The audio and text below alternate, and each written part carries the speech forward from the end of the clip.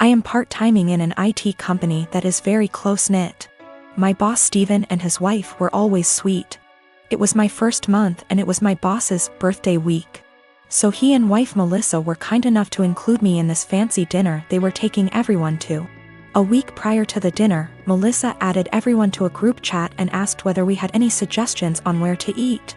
I told her that I am fine with anything as long there are vegetarian options available or at least chicken. They brought their daughter Steph to the dinner and she is a sweet little girl.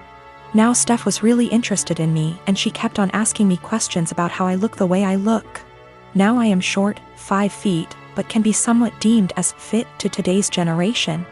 I was transparent with her and told her that I don't restrict myself to certain foods but rather eat everything in moderation.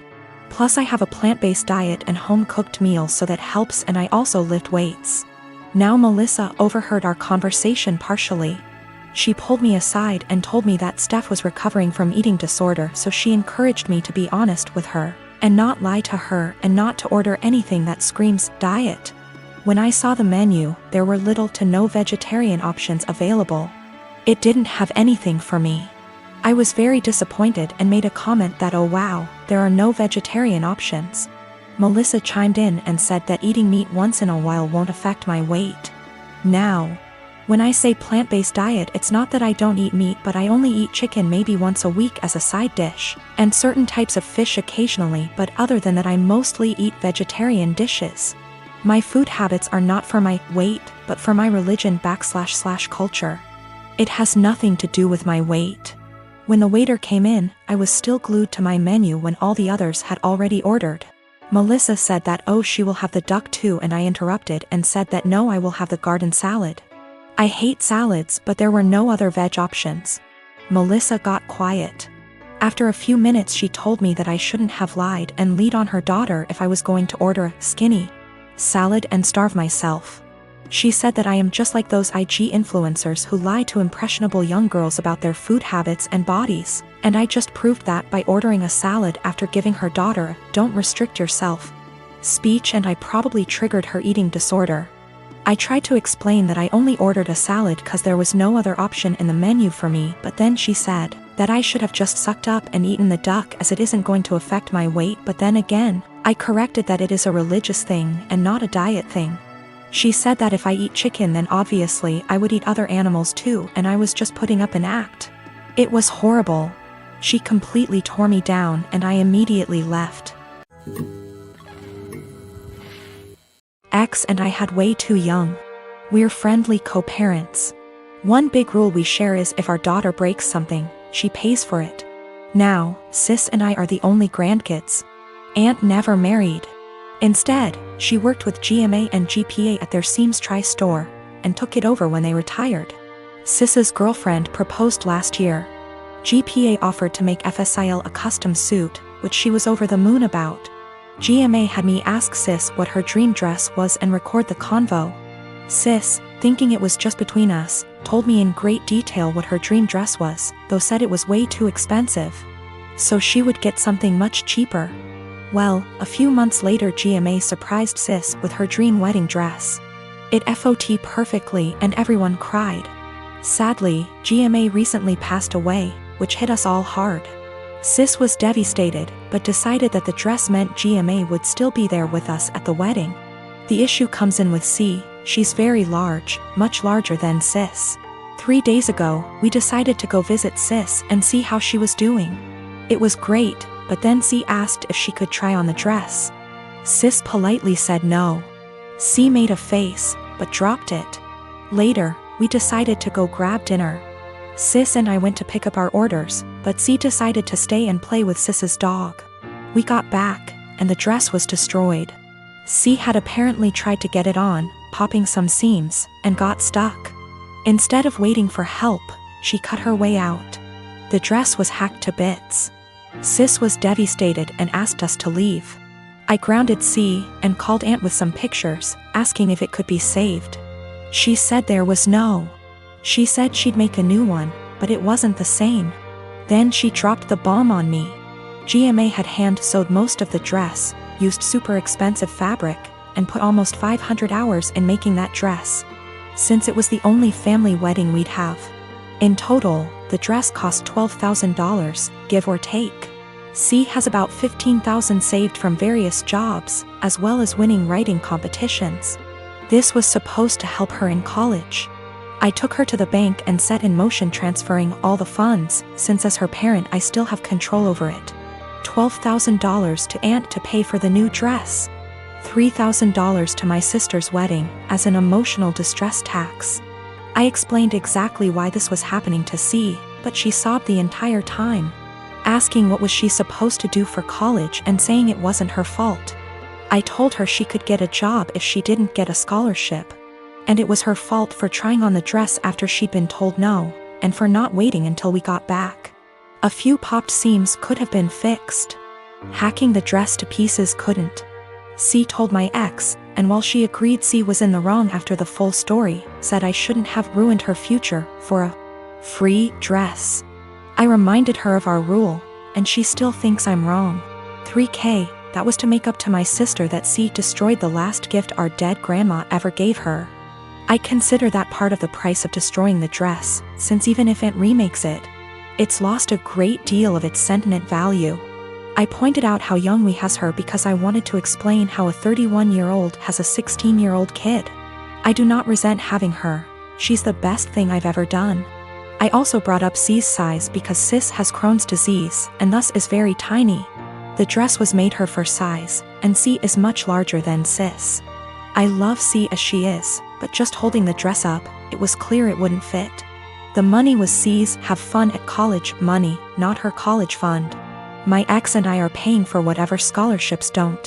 When she was asking what she would do for college, she was asking what did she do for fun and to buy things we didn't pay for. I got off the phone with my ex. I sent her the pictures, and she freaked. She apparently didn't believe me when I said it had been hacked apart, and believed it was just a few torn seams. She was pretty much on my side after. She told me that she spent the day badgering our daughter, asking her why she did what she did. And finally she cracked and said she was mad that grandma wasn't alive to make her a dress, and that it was unfair. My sister got a free beautiful dress as a reminder when my daughter got nothing. Despite the many things she was given after the funeral. She tried it on, took it off when the seams popped, and then in anger hacked it apart. If she couldn't have a dress from grandma, no one could. Her own words. Honestly, knowing she did it on purpose has just made things worse. The fact that she could be so. I have been with my fiancé for 2 years. We are both 37 years old, we're getting married soon. I've only met her family a couple of times. My daughter, Judy, 16 years old, has never met them till very recently where they hosted dinner to celebrate 4th of July, and that's when they met her for the first time. Judy has a visible burn scar on her forehead. It was due to an accident she was in when she was 9. She used to be incredibly insecure about it, to the point where I was forced to homeschool her, and it was hard trying to deal with and navigate through this rough time. Now she's doing a lot better, though some comments can really cause her to become stressed out and anxious. My fiancé knows all that and respects it. Before we went to her parents' house, I asked her to tell them about Judy and her struggle, and get to try and not say anything negative about it or possibly mention it. She said she would guarantee no one will say anything. We got to the event and they talked to Judy and she slowly warmed up to them. Everything was going well till I was dinner time. My FMIL looked at Judy while she was eating and pointed at her scar, basically asking questions about it, which made Judy lose her appetite and start to get uncomfortable. I kept sending my fiancé and her mom signs to knock it off, but to no avail. Finally, FMIL then brought up the wedding and asked my fiancé if it'd be possible to Photoshop the scar out of any wedding photos that will have Judy in them, just in case they distract viewers. I was dumbfounded. Fiancé said nothing, just stared casually while nodding.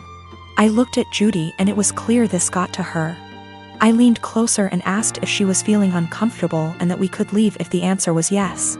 She took her time, then nodded and said, "Yes, I'm feeling uncomfortable right now." I got up and told her to get ready cause we were leaving. My fiancé, her mom and the family started insisting we finish dinner and stay, but I refused. I took Judy and got in the car and left before even talking to my fiancé. Obviously, she was pissed.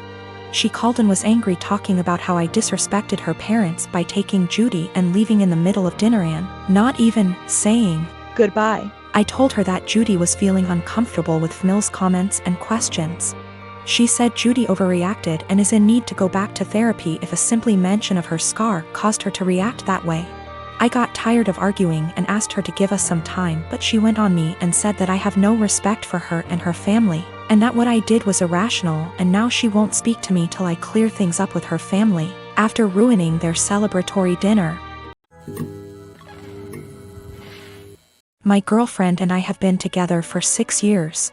I know she's been wanting to get married and wanting for me to propose for a really long time. I've always put it off cause I never felt I was at the right spot for it, and I wanted to wait for the right time. Nevertheless, I know she's been waiting for it patiently for a long time, and if it was up to her, we would have gotten married years ago before I was even ready. Anyway, I figured since she's waited so long, I wanted to make it as perfect for her as possible. I chose the weekend of our 6th anniversary of our first date to propose to her. I was planning to have her come over to our house, I would have my mom and sister vacate for the night, and I would prepare a very nice dinner for her and would propose during that. I had written out this really long speech which I'd memorized after much practice because I wanted it to be perfect. Now my girlfriend has always wanted me to learn how to cook. I'm ashamed to say I've never properly learned how to cook, and I've never been really good at it. Since I live with my mother and sister at home, they always cook for me and they've never really needed me to cook. It's always one or the other of them, or both of them, doing cooking. At best, I'd just do washing up or chop up onions or something simple. I told them, look, I desperately need to learn how to cook a very nice meal. I told them she's always wanted me to learn how to cook, and it would be great if I could surprise her with this excellent dinner that I've made myself. She would never expect it from me. She would be thrilled. I told them I might just need some guidance. They weren't that enthusiastic first. They were like, we're really busy, we don't have time to teach a child how to cook. I told them it's really important, and to help them understand the gravity of the situation. I told them I was proposing tonight. They both went crazy and excited, like, oh my god, have you bought a ring yet? I showed them the ring, and my sister went flipping crazy, screaming, crying tears. I told them I was probably going to ask for their opinion on it anyway. And they were really enthralled and so excited and happy for me. My sister was literally crying and breathing heavily. They asked for details and everything about how I was going to propose. I recited the long speech I'd memorized. They told me it was beautiful, they love it, she'll love it. Again, my sister was crying even.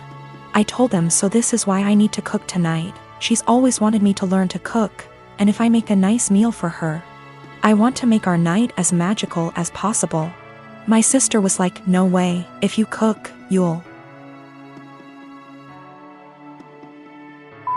it up. Just let us cook for you, and say you did it.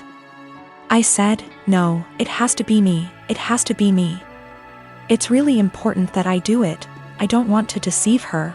We reached a compromise and they said we can do it together. My mom supervised, my sister will take charge. And I'll basically just follow instructions and help her out. It turned out going really good, but how much I really contributed is questionable. They ended up taking way too much over me. Way more than I had planned. I had wanted to do it all myself with their guidance, but I ended up being just a helper while my sister did most of the work. I didn't want to let that spoil the night, so I just let it go. Then my girlfriend arrived at the door, and my mom and sister were getting ready to go out. When they greeted her, my mom was acting cool, polite, very poker face about it, I guess cause she's a mature adult. My sister on the other hand was acting like a jittery little schoolgirl, just jumping out. It was really cringy and awkward to watch. She kept telling my girlfriend how beautiful she looked tonight, how excited she was for her, how we were perfect for each other. The way she was smiling and acting too excited really gave it all away. She said, he's got something really special planned for you. I kept trying to push her out the door and telling her to shut up, but she just wouldn't, and she kept chatting to my girlfriend. I wanted to push her out, but my girlfriend told me I was being rude to her, and I should let the talk. I just sighed and knew it would end badly, but my sister kept being as unsubtle as possible. I really wish I could be a fly on the wall here tonight, you are so lucky, if only you knew. My girlfriend was then, is he going to propose? My sister didn't say yes or no. She just gritted her teeth in a big smile like SND just started screaming and crying and hugging me, suffocating me. My mom was trying to pull my sister away, but she just started screaming, show her the ring. Show her the ring. I told her to seriously shut up, and that my mom was clearly waiting for her, but she kept shouting, show her the ring. I tried to explain to them that this really wasn't the way I had planned it. I wanted to do it when we were alone and I had a long speech planned. They both just wanted to see the ring. I said, can I at least say the speech? My sister was like, you should let him say it. It's a really beautiful speech. I started and I barely got 2 sentences in when she interrupted me and was like, actually it's 2 long, you can say it later, just show her the ring.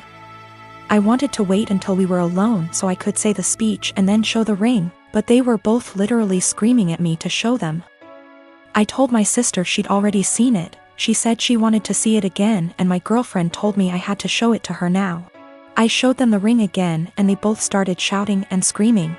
They literally both jumped on me and pinned me to the couch like a lion grappling a dying elephant, and ripped the ring from my hand like a lion tearing meat from its prey. I told them to get off, they were suffocating me. But they were both literally hugging me to death while screaming like hyenas into my ears. It was like WWE or something, it was unreal.